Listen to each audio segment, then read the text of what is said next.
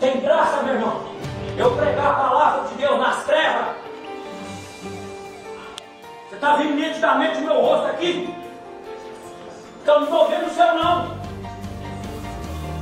Tem graça. Eu quero pregar para alguém andar nas trevas. Fala para ele sair das garras de Satanás e está agarrado com ele.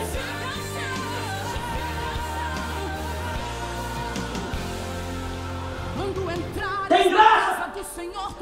Tem graça eu dizer para você. O Senhor quer mudar a sua vida. O Senhor quer guiar a sua vida. E andar nas trevas. Tem graça falar para as pessoas. O Senhor quer guiar a sua vida. E Satanás quer a própria vida dele.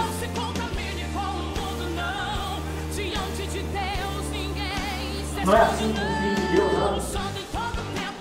É ser filho de Deus, vai ser andar na luz. Quer ser filho de Deus, andar na luz. Viu? Filho de Deus anda na luz. Não anda no treva não.